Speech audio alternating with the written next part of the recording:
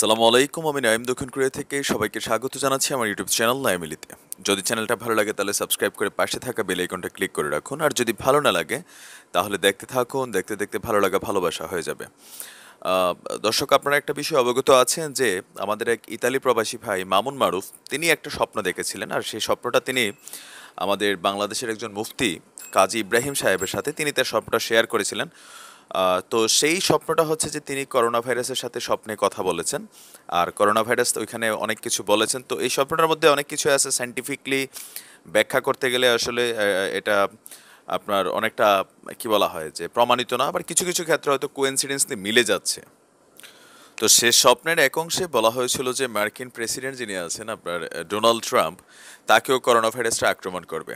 তো সম্প্রতি আজকে আপনারা যখন এই খবর শুনছেন, একদিন আগে ফ্রান্সের একটা টেলিভিশন চ্যানেল, তাদের নাম হচ্ছে ফ্রান্স 24 টিভি নিউজ, একটা চ্যানেল, তারা আপনার দাবি করেছে যে ডোনাল্ড ট্রাম্প যিনি আছেন তার করোনা ভাইরাসে তিনি পজিটিভ কিনা সেটা পরীক্ষা করার জন্য তাদের ধারণা তিনি করোনা ভাইরাসে পজিটিভ। বিষয়টা আপনার হোয়াইট হাউস সহ আমেরিকা সরকার লুকাচ্ছে কেন? কারণ হচ্ছে যে সাম্প্রতিক সময়ে আপনার আমেরিকান কংগ্রেসের দুই রিপাবলিকান পার্টির সদস্য, ওনাদের নাম হচ্ছে ডগ কলিন্স ও ম্যাট গেটস, এই দুজন নিজেরাই স্বেচ্ছায় আপনার যে তারা করোনা ভাইরাসে আক্রান্ত হতে পারে সম্ভাবনা করে নিজেদেরকে কোয়ারেন্টিনে আপনার রেখেছেন, মানে পর্যবেক্ষণে রেখেছেন। এটার কারণ হিসেবে তারা বলেছেন যে তারা কিছুদিন আগে কনজারভেটিভ পলিটিক্যাল রিয়াকশন কনফারেন্স নামক একটা প্রোগ্রামে তারা গিয়েছিলেন। সেইখানে তারা করোনা ভাইরাসে আক্রান্ত এক ব্যক্তির সাথে তাদের সংস্পর্শে গিয়েছিলেন বা হাত মিলিয়েছিলেন। তো এরপরে বিষয়টা তারা তাৎক্ষণিক বুঝতে পারেননি। তো ওই প্রোগ্রামের পরে এর মধ্যে ডগ কলিন্স যিনি, তিনি আবার গত শুক্রবারে হোয়াইট হাউসে ডোনাল্ড ট্রাম্পের সাথে দেখা করেছেন, হাত মিলিয়েছেন। আর ম্যাট গেটস যিনি আছেন তিনি গত সোমবারে ডোনাল্ড ট্রাম্পের সাথে আপনার একটা সফরের সঙ্গী ছিলেন।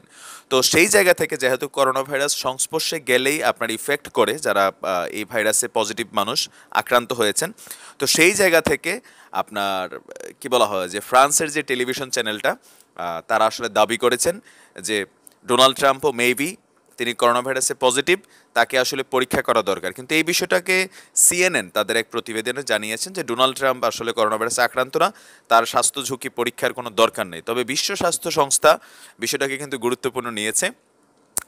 তো এখন যদি তিনি পজিটিভ হন সেটা আসলে আমরা সহজে জানবো না, কারণ হচ্ছে যে এটা খুবই একটা সিকিউর ব্যাপার হয়ে যাবে। বাট কোথাও না কোথাও আমি দেখলাম যে আর কি আমি অন্তর থেকে দোয়া করি যে আল্লাহ যাতে ডোনাল্ড ট্রাম্পেও করোনা ভাইরাসে আক্রান্ত করে, কারণ এই মানুষটা এতটাই নেগেটিভ ইফেক্টেড যে আসলে বলার বাইরে। হ্যাঁ, যদিও এই ভাইরাসের জন্য কারো আক্রান্ত হওয়ার জন্য দোয়া করতে নাই, তারপরেও এটা আসলে এক ধরনের দোয়াই উচিত যে এইসব মানুষ যারা রাজনৈতিক জীবনটাকে ব্যবহারই করে ইসলামের ধ্বংসের জন্য, ইসলামের বিপরীতে। আমরা অনেকে ব্লুটুথ মুসলমান, কিন্তু হিন্দু ধর্ম ধ্বংস হোক, খ্রিস্টান ধর্ম ধ্বংস হোক, আমি কখনো এটা চাই না। ধর্ম যার যার যার যার ব্যক্তিগত ব্যাপার, আপনার ধর্ম আপনি পালন করবেন, আমার ধর্ম আমি পালন করবো, কিন্তু আমার হাতে ক্ষমতা থাকলে অন্য ধর্মকে ধ্বংস করে দেওয়ার যে প্রবণতা, অন্যায়ভাবে মুসলিম দেশগুলোর উপরে যে আক্রমণ ডোনাল্ড ট্রাম্পের, এটা খেসারত তাকে দিতে হবে, এটা নজির হয়ে থাকুক। তো দেখা যাক, পরবর্তী আপডেট পেলে অবশ্যই জানিয়ে দেবো। চ্যানেলের সাথেই থাকবেন। আজ এই পর্যন্ত, আসসালামু আলাইকুম।